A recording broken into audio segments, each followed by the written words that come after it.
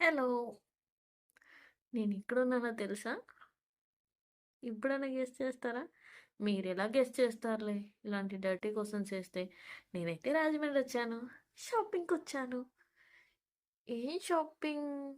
ఇదైతే మీరందరూ గెస్ చేయొచ్చు. షాపింగ్ మీకోసమే సార్.